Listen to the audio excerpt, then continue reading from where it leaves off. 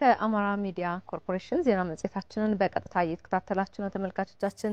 የቢዝነስ የዘገባ ሰዓታችን ላይ ደርሰናል። ነጻነት ደጉ እየጠበቀን ነው የሚገኘው። ነጻነት መልካም ቆይታ ይሁንልህ። አመሰግናለሁ ሶሊያና። ጤና ይስጥልኝ የተከበራችሁ ተመልካቾቻችን፣ በቢዝነስ ጉዳዮች ቆይታ እናደርጋለን። አብራችሁን ቆዩ። በመጪው ጳጉሜ ተጠናቆ የሚመረቀው የህዳሴ ግድብ በኢኮኖሚው ላይ ከ6.79 ቢሊዮን ዶላር በላይ ሀብት ያመነጫል ሲሉ በሐረማያ ዩኒቨርሲቲ የምጣኔ ሀብት ባለሙያ ረዳት ፕሮፌሰር ሀብታሙ ለገሰ ገለጹ።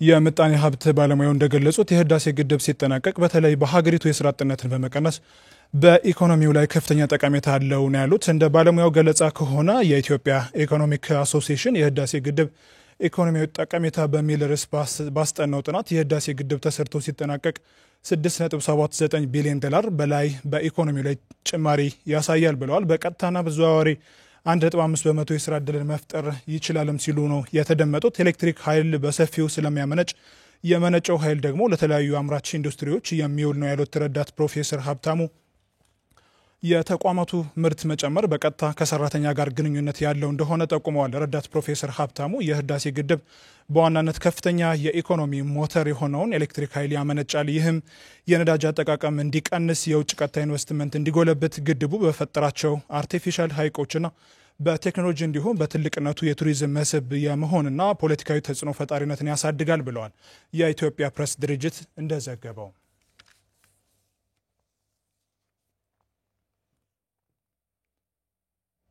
የማክሮ ኢኮኖሚ ማሻሻያው ህገወጥ የማዕድን እንቅስቃሴን በወሳኝ መልኩ ወደ ህጋዊነት እንዲገባ ማስቻሉን የማዕድን ሚኒስትር ዴኤታ ሚሊዮን ማቴዎስ ገለጹ። በማሳደድ ብቻ ህገወጥነትን መግታት እንደማይቻልና የአሰራር ስርዓቶችን በማሻሻልና አዳዲስ ፖሊሲዎችን ተግባራዊ በማድረግ መፍትሄ ማግኘት እንደሚቻል ተምረንበታል ሲሉ ነው ሚኒስትር ዴኤታው የገለጹት። አሁንም ላይም በዘርፉ ተግዳሮቶች እንዳሉ የሚታመን ቢሆንም በአስተዳደራዊ እርምጃዎች ብቻ ሳይሆን የፖሊሲ ማስተካከያዎችን በማድረግ ወሳኝ ለውጦችን ማየት መቻሉን ገልጸዋል።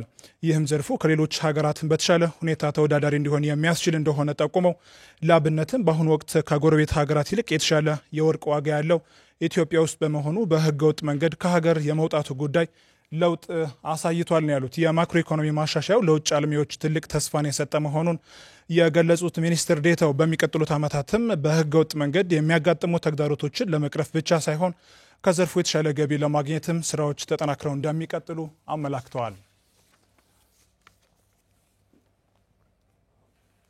በዝርዝር በምንመለከታቸው ጉዳዮች እንቀጥላለን። ባለፈው በጀት ዓመት ከግብር ከፋዩ ጋር የተደረገው የግንዛቤ ፈጠራና የተግባቦት ስራ የተሻለ ገቢ እንዲሰበሰብ ማስቻሉን የአማራ ክልል ገቢዎች ቢሮ ገለጸ። ቢሮ በ2018 በጀት ዓመትም የተሻለ ገቢ ለመሰብሰብ የተግባቦትና ግንዛቤ ፈጠራ ስራውን አጠናክሮ እንደሚቀጥል ነው ያስታወቀው። ተስፋ ሞላ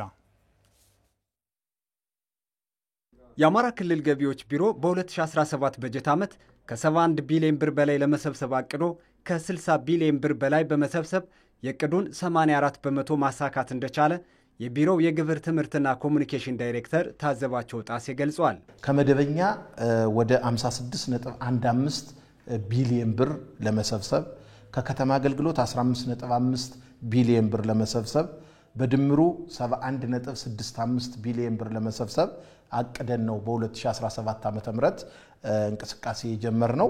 ይህንን ተግባር ለመፈጸም በሰራነው ትልቅ የተግባቦት ስራ፣ ትልቅ የግብር ትምህርትና ኮሙኒኬሽን ስራ ከመደበኛ 53.64% ወይንም የቅዳችንን 95.5% ከከተማ አገልግሎት ደግሞ 6.5 ቢሊዮን ብር ወይንም የቅዳችን 42% በድምሩ 60.15 ቢሊዮን ብር ወይንም የቅዳችን 84% ማሳካት ችለናል። የተሰበሰበው ገቢ በ2016 በጀት ዓመት ከነበረው አፈጻጸም አኳያ የ18 ቢሊዮን ብር እድገት ማሳየቱም ተመላክቷል። ክልሉ የነበረበት የጸጥታ ችግር ለገቢ አሰባሰቡ ትልቅ ፈተና የፈጠረ ቢሆንም ከግብር ከፋዩ ማህበረሰብ ጋር የተሰራው የተግባቦትና የግንዛቤ ፈጠራ ስራ የተሻለ ውጤት እንዲመጣ ማስቻሉ ነው አቶ ታዘባቸው ያብራሩት። ብዙ ጊዜ ግብር ከፋዮቻችን የሚከፈለው ግብር ከፋዮቻችን ብቻ ሳይሆን ሌላውም የህብረተሰብ ክፍል የሚከፈለው ግብር ለምን ይውላል የሚለውን ብዙ በመገንዘብ ረገድ መሰረታዊ ክፍተቶች ነበሩ። እነዚህ ለመቅረፍ ሰፊ ጥረት ተደርጓል። ሰፊ የተግባቦት ስራ ተሰርቷልና በዚህ በጣም ውጤታማ ስራ ለመስራታችን አንዱ ማሳያ እሱ ነው።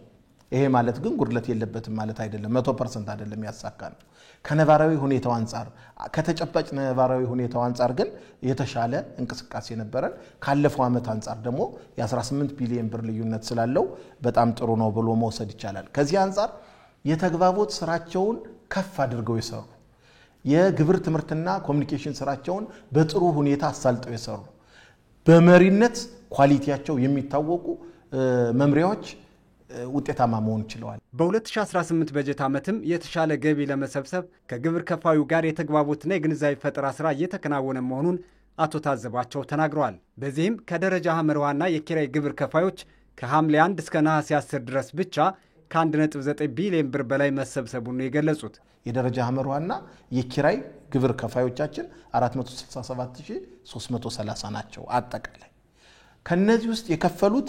305832 ግብራቸውን እስከ ነሐሴ 10 ድረስ ከፍለው ያጠናቀቁበት ሁኔታ አለ ይሄ ማለት ወደ 66% ግብር ከፋዮቻችን ግብራቸውን የደረጃ ሐመርዋና የኪራይ ግብራቸውን የከወኑበት ሁኔታ አለ እንግዲህ በመወሰን ደረጃ ወደ 3 ቢሊዮን ብር አካባቢ ውሳኔ ተወስኗል ከዚህ ውስጥ እንግዲህ ወደ 1.9 ቢሊዮን ብሩን ወይንም 62%ን የመሰብሰብ ስራ ተሰርቷል በቀጣይ ጊዜያትም ከግብር ከፋዩ ማህበረሰብ ጋር በተለያዩ አማራጮች የተግባቦትና የግንዛቤ ፈጠራ ስራው እንደሚቀጥል የገለጹት አቶ ታዘባቸው ግብር ከፋዮችም ግብራቸውን በወቅቱና በታማኝነት በመክፈል ግዴታቸውን እንዲወጡና የሀገራቸውን ሁለንተናዊ ልማት እንዲያስቀጥሉም ጥሪ አቅርበዋል ወደ ውጭ ቢዝነስ ዘገባችን እናልፋለን የዓለም